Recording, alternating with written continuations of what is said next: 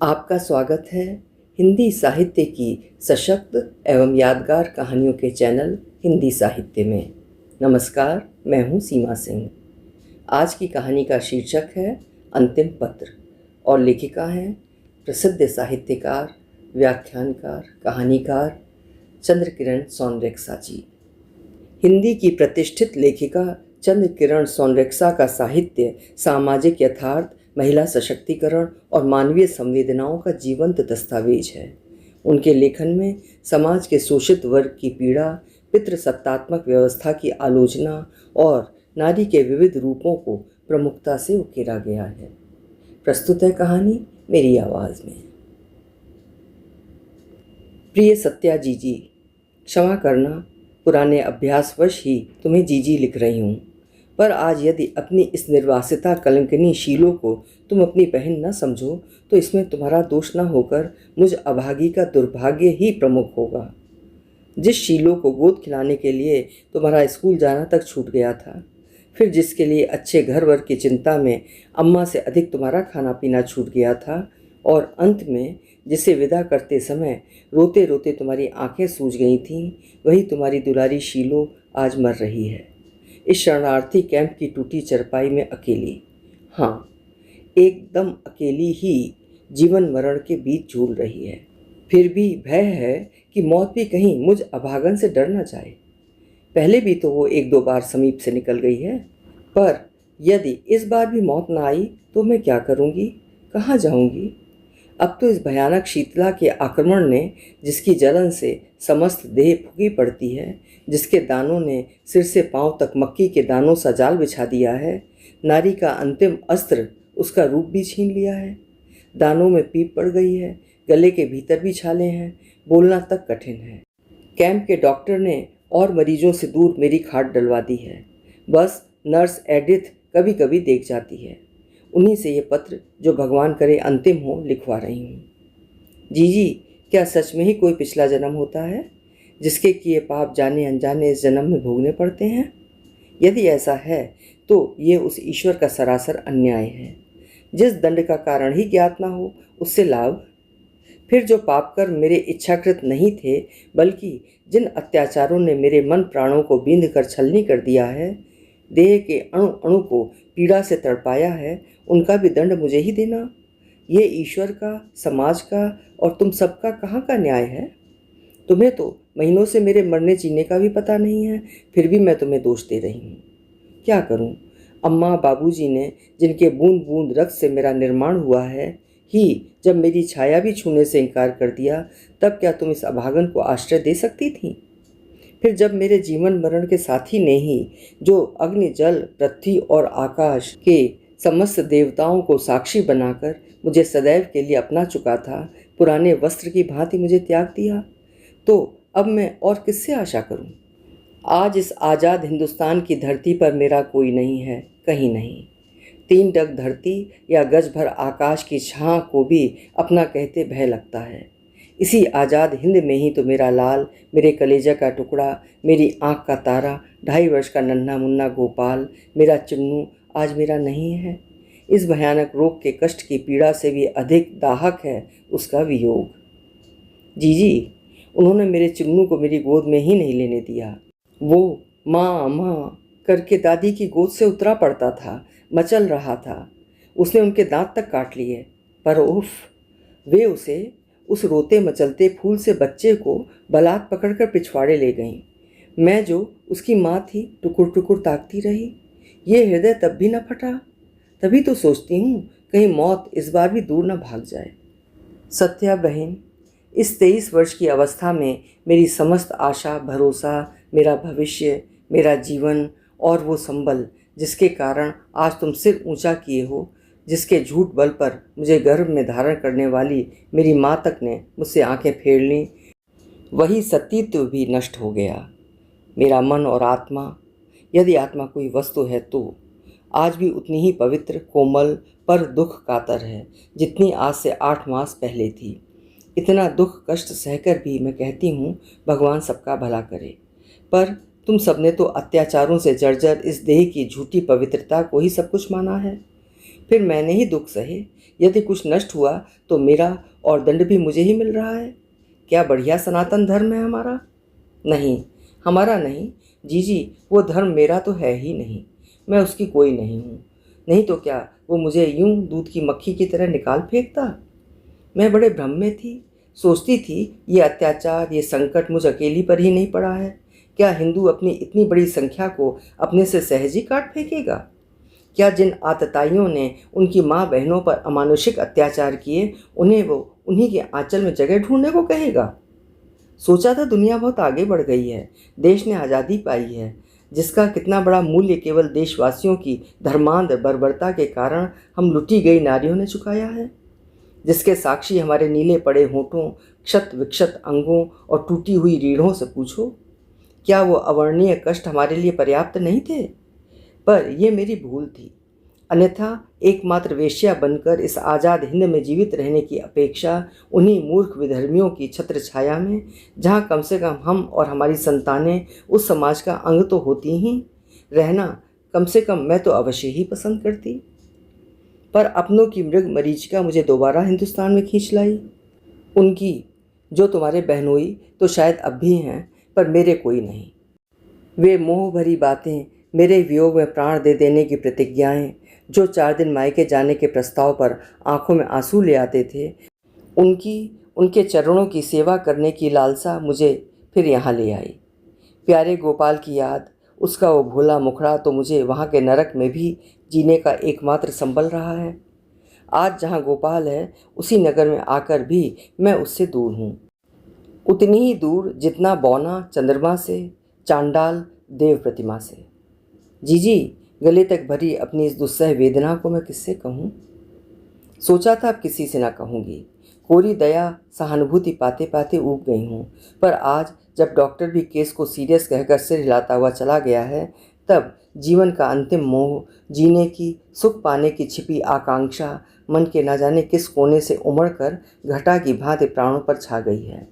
किंतु जीकर अब क्या करूँगी, किस लिए जीऊँगी? मन में एक आग सी जल रही है। काश वो आग दावाग्नि बन जाती और मेरे साथ साथ इस हिंदू समाज को भी समेट लेती। वे स्वामी और ससुर जो मेरे रात दिन हट करने पर भी लाहौर में केवल इस लालच से उस झगड़े के बीच भी रुके रहे कि दुकान का माल अच्छे दाम उठ जाए, तब चलें। मकान के अच्छे पैसे मिल जाएं तो बेचें। और 18 अगस्त की उस प्रलयंकारी रात को जब एक उन्मत्त भीड़ ने मोहल्ले में आग लगा दी, तो बहादुरी से लड़कर मरने के बजाय पिछवाड़े से निकलकर भागे। ऐसे भागे कि भीड़ ने मुझे पकड़ लिया है ये जानकर भी मुड़कर न देखा। मोहल्ले की और भी 2-3 युवती कन्याओं को उन राक्षसों ने पकड़ लिया। धर्म के मद में चूर, स्वधर्म की विजय से फूले उन नर पिशाचों के लिए मानो हम खिलौने थे। जो जितनी अधिक सुंदर थी, उसे उतनी ही अधिक यातना भोगनी पड़ी। जाने दो जीजी, तुम भी अपने छोटे नगर के शांत घर में सहज भाव से सती बनी हुई हो। तुम्हें उस बर्बर अत्याचार की कथा सुनकर दुख तो कम, ग्लानि अधिक होगी। तुम सोचोगी वे सब सतीत्व की रक्षा करती हुई मर क्यों ना गईं? जलते मकानों में भस्म क्यों ना हो गईं? पलंग पर लेटकर या रसोई में पूरी बेलते समय अथवा नन्हे को गोद में लेकर दूध पिलाते समय ये सब बड़ी सरलता से सोचा जा सकता है। विचारों में कोई बाधा ना आवेगी।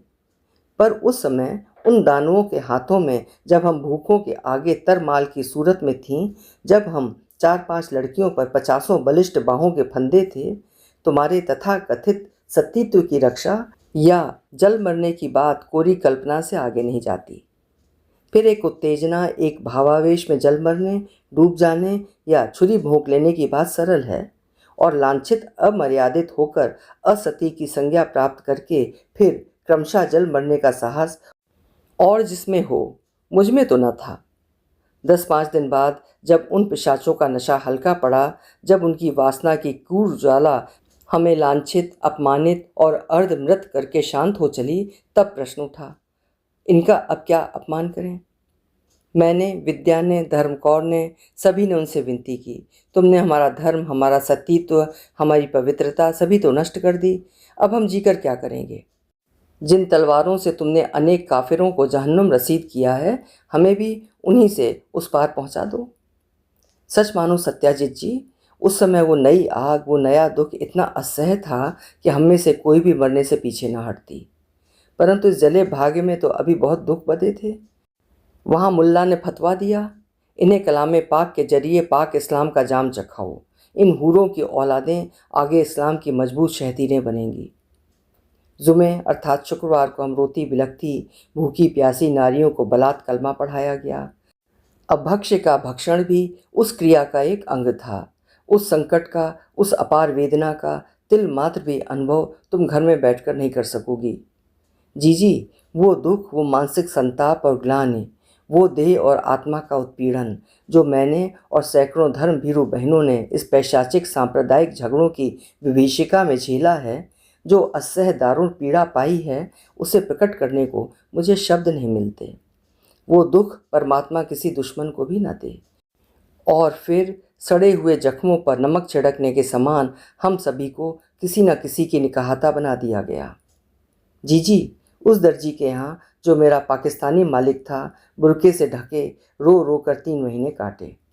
अपनी ओर से उसने जानबूझकर मुझे कष्ट दिया, ऐसा तो मैं इस मृत्युशैया पर आकर न कहूँगी, पर उसके धार्मिक विश्वास, उसका भिन्न प्रकार का रहन सहन और सबसे ऊपर प्यारे चुन्नू गोपाल की याद ने, जो सोते जागते उठते बैठते कभी एक क्षण को भी विस्मृत न होती थी, मेरे वे दिन नरक में बिताए कल्प दिवस कर डाले थे।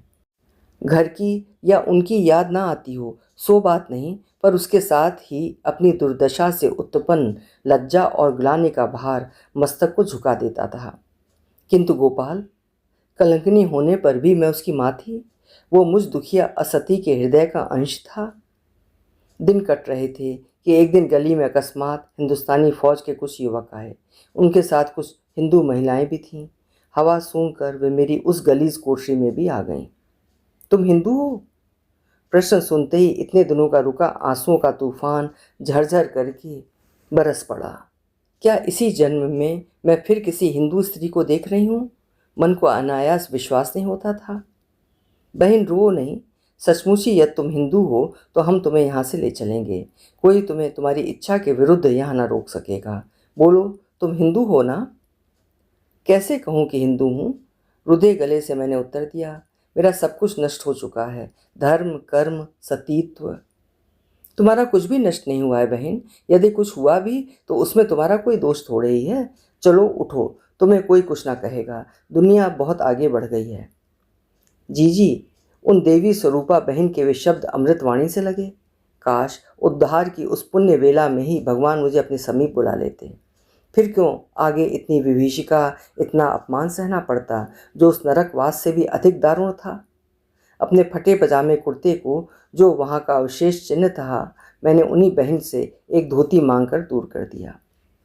कितने दिन यात्रा में कटे, कितनी मुझसे दुखियारी बहनें साथ थीं, ये सब लिखकर पत्र लंबा करने की इच्छा नहीं है।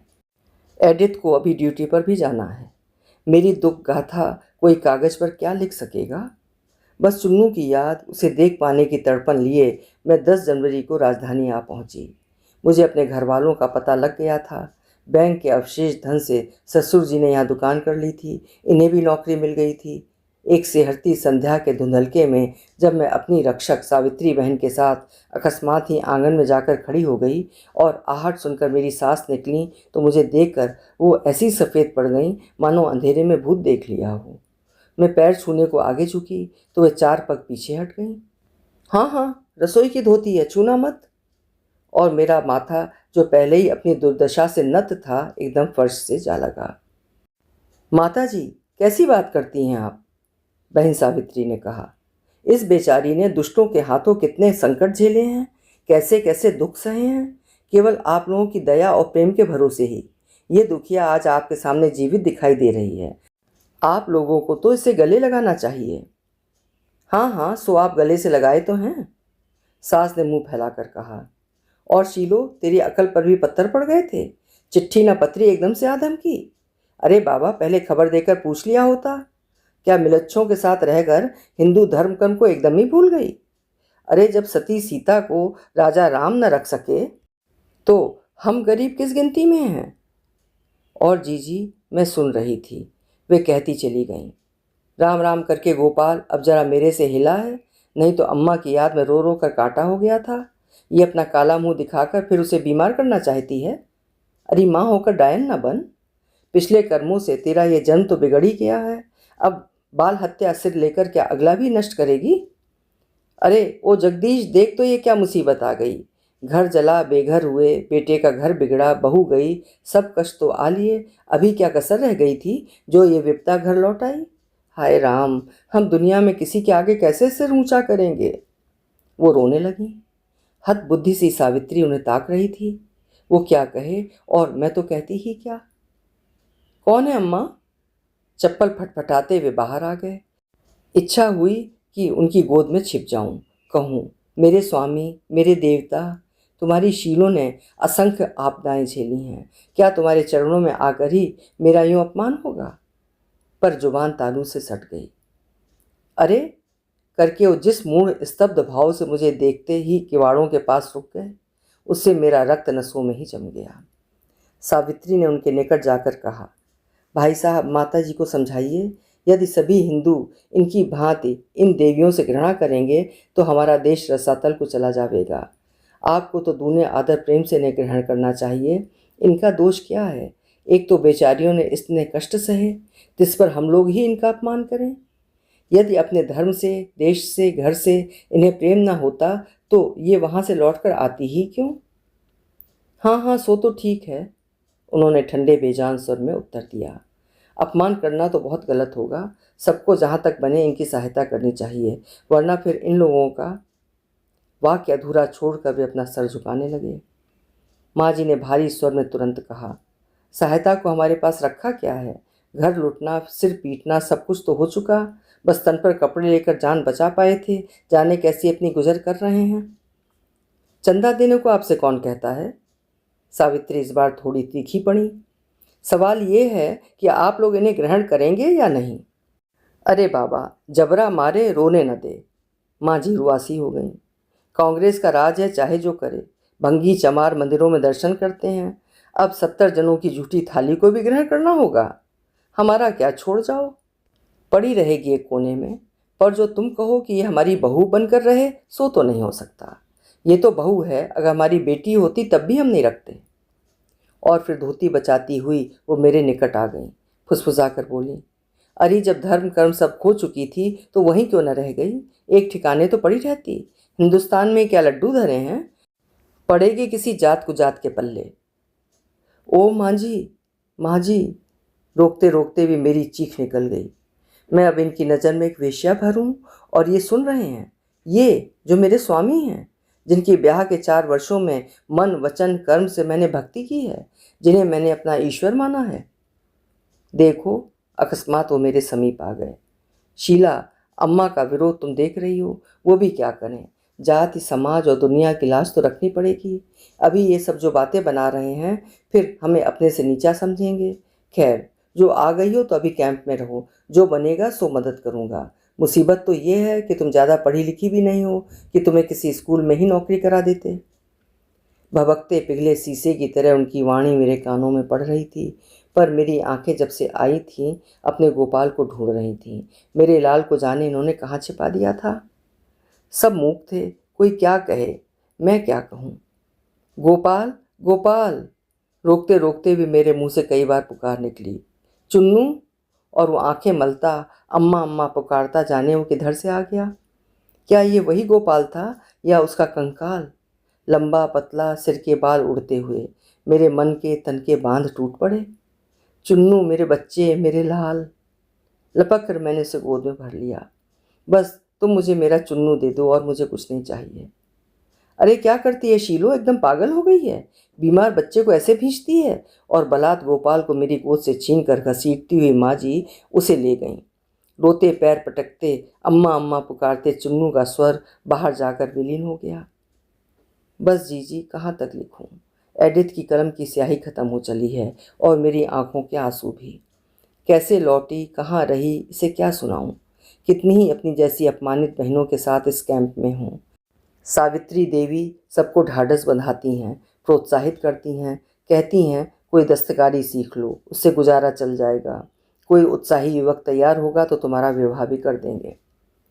पर सत्या बहन, मेरा मन टूट चुका है।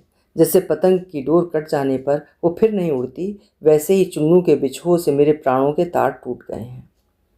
सुंदर युवती जो सदा घर की चारदीवारी के भीतर पली हो, जो संसार के उतार चढ़ाव को न जानती हो, कैसे अकेले दस्तकारी के बल पर रहेगी और क्यों कर रहेगी?